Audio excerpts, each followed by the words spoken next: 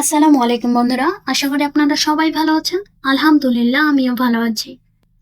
ময়না ওদের পুরো পরিবার, তার সাথে গ্রামবাসী সবাই মিলে আজকে ইফতারের আয়োজন করছিল মসজিদে। কি কি বানানো হয়েছিল ইফতারের জন্য, যে জন্য কারো বাসায় আজকে ইফতার আয়োজন করা হয়নি। চলো গিয়ে সম্পূর্ণ গল্পটি দেখে আসি। সবাই মিলে বাসার বসে আছে। আসরের আজান দেওয়ার প্রায় 1 ঘন্টা হয়ে গেছে। মা, আজকে তো প্রায় 4:30 পার হয়ে গেছে, তুমি এখনো কেন রান্না বান্না করছো না? রান্না বান্না না করলে আমরা ইফতার কি দিয়ে করব? গয়না মা, আজকে ইফতারের আয়োজন বাসায় কোনো কিছু করা হবে না। তুমি, তোমার আপু, তোমার ভাইয়া, তোমার আপা, তোমরা সবাই মিলে যাবা মসজিদে খাইতে। এদিকে তোমার দাদি আর আমি মিলে যাব এক বাসায় খেতে।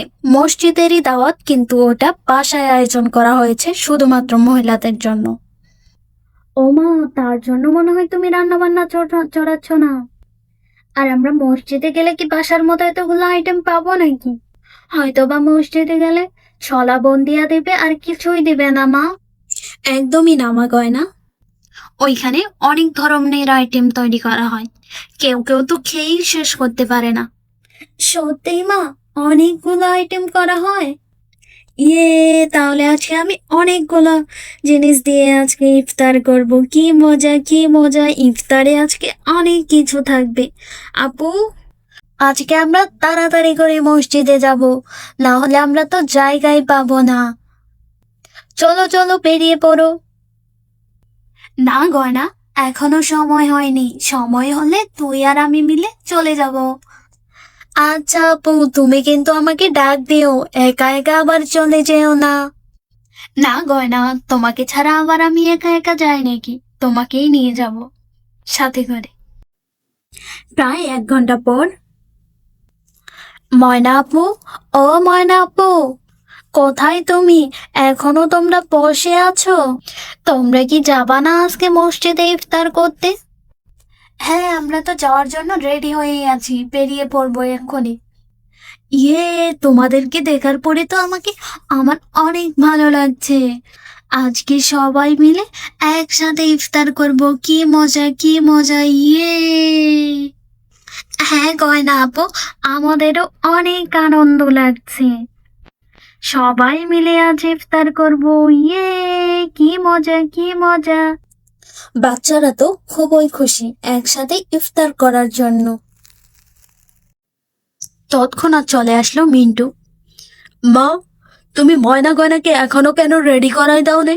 ওইদিকে তো মসজিদে সবকিছু রেডি হয়ে আছে। আর এইদিকে সে কি? বাচ্চারা, তোমরা আমাদের বাসায় কেন? তাড়াতাড়ি করে যাও, মসজিদে সবকিছু ফাঁকা হয়ে আছে। যাও যাও, তাড়াতাড়ি করে বসে পড়ো। দেখলে তো গয়না, আমরা ঠিক কখন এসেছি তোমাদের বাসায়। তাড়াতাড়ি করে নাও না, আমরা যাই তাড়াতাড়ি করে, না হলে পরে আমরা মনে হয় জায়গায় পাবো না। গয়না আপু, ও ময়না আপু, নাও না তাড়াতাড়ি করে। যাই, আমি ময়না আপুকে একটু বলে আসি। ময়না আপু, তুমি কি একদম রেডি? রেডি থাকলে চলে আসো। হ্যাঁ, আমি একদম রেডি, যাচ্ছি, আমি এক্ষুনি যাচ্ছি। ময়না সহ বাচ্চা কাচ্চারা বেরিয়ে পড়লো বাসা থেকে মসজিদে যাওয়ার জন্য। ময়না গয়না ওরা সবাই মিলে চলে আসলো মসজিদে। বাচ্চাগুলো দেখে তো পুরোই অবাক, এত কিছু আয়োজন! গয়না তো বলেই ফেললো, আপু, আমার ঠিকই বলেছিল যে আমরা খেতেই পারবো না, আর কেউ কেউ খেতেই পারে না, বেশিরভাগই নষ্ট করে। হ্যাঁ গয়না, একদম ঠিক বলেছ। আমারও মনে হচ্ছে এত কিছু আবার একসাথে খাওয়া যায় নাকি? আর দেখতেই বা কি লোভনীয় লাগছে। বাচ্চারা, তোমরা বসে পড়ো, তোমাদেরকে খাওয়া দাওয়া দিয়ে তারপর আমরা বসছি। হ্যাঁ আঙ্কেল, আমরা বসে পড়ছি। আমি কিন্তু আমার ময়না আপুর কাছেই বসবো। আপুর কাছে বসবা তুমি আজকে? গয়না আপু, তুমি তো সব সময় বসো ময়না আপুর কাছে, আজকে আমরা দুজন বসি না? হ্যাঁ হ্যাঁ, আমরা আজকে বসি, একদিন বসলেই বা কি আছে?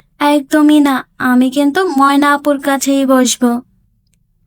আচ্ছা ঠিক আছে, আমরা বসে পড়ি, চলো, কোথাও একটা বসলেই হলো, খাবার খেয়ে নিলেই হয়ে গেল। এই বলে সবাই বসে পড়ল খেতে। বাচ্চারা, তোমরা আগে খেজুর দিয়ে শুরু করো, আর আমরাও খেজুর দিয়েই শুরু করব, তার সাথে শরবত। বুঝেছো তোমরা ভালো করে? আজান দেওয়ার সাথে সাথে কিন্তু তোমরা শরবত আর খেজুর খেয়ে নিবা, সাথে আমরাও খাবো। তারপরে বাদ বাকি খাওয়ার দাওয়ারগুলো সবাইকে দিয়ে দেওয়া হবে খাওয়ার জন্য। জি আঙ্কেল, আমরা বুঝে গেছি। এই বলে সবাই মাগরিবের নামাজের জন্য অপেক্ষা করতে লাগলো। কিছুক্ষণের মধ্যেই মাগরিবের নামাজের সময় হয়ে গেছে, আর কোথাও কোথাও মাগরিবের আজানও দিয়ে দিচ্ছে। বাচ্চারা, তোমরা খাওয়া দাওয়া শুরু করো, মাগরিবের আজান দিয়ে দিয়েছে। মাগরিবের আজান দিয়ে দিয়েছে শুনে সবাই তো খেতে শুরু করে দিল। আর বন্ধুরা, তোমরা এবার কে কে রোজার মাসে মসজিদে ইফতার করেছো অবশ্যই জানাবা।